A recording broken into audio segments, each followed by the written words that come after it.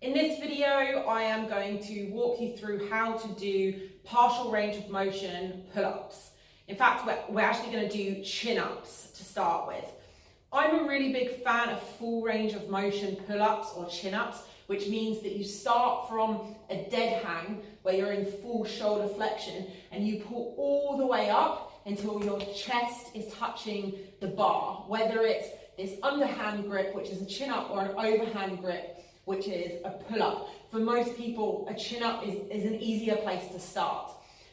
A really good exercise to start working towards your first pull-up when you don't have a single pull-up yet is partial range of motion pull-ups, which means that we're just pulling through part of that range of motion. We're starting from here rather than starting from a dead hang, but we're still pulling all the way up to the top and touching our chest to the bar. So what you're going to need is somewhere to do pull-ups and something to stand on. You can just use a chair for this, okay? It doesn't have to be a fancy piece of equipment.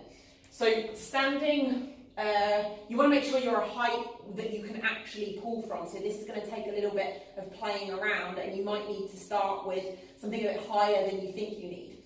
Okay, so what we're going to do is setting ourselves up. We're going to hold the bar. Again, like I said, we're going to work on an underhand grip first, a chin up. You want your hands shoulder width apart. A lot of people do it a bit too wide, which is really, really uncomfortable for the shoulder. You want to make sure that your hands are shoulder width apart when you get up to the bar. And then with your feet, you want to make sure that you want to bring your feet slightly forward. So just in front of where your hands are, and you want to get your heels on the floor and your toes off the floor.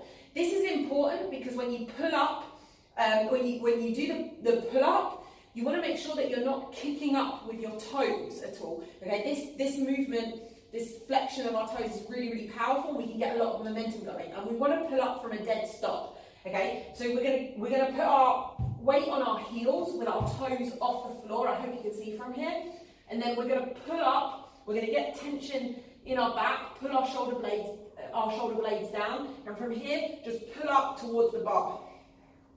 Okay, all the way up to the top, and then back down. Okay, you want to control yourself on the way down, but you don't want to lower yourself down slowly. Okay, so it's about the concentric part of the movement. You're pulling up, and then lowering yourself back down towards the box. Okay, so you might be able to do 5 reps at that level. The way that you progress from there is by lowering the level that you're lifting off of. I'm after a pull-up day yesterday, so I'm not sure if I'm going to be able to do this.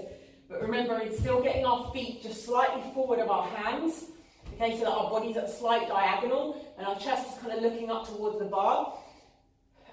Toes up off the floor, so there's no kicking, and from a dead stop, bringing tension into the arms and pulling up towards the bar.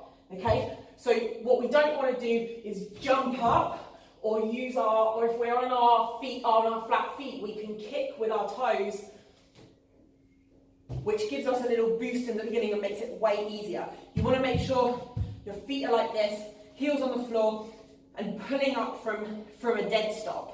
Okay, and you can keep lowering that down until you get all the way down to a full range of motion pull-up. By the time you get all the way down here, you'll be able to do one single pull-up. Once you can do your one single pull-up, you can start working on increasing those reps rather than working on the partial range of motion pull-ups. So it's just a great way to bridge that gap before you can do one single pull-up. That was the partial range of motion pull-up.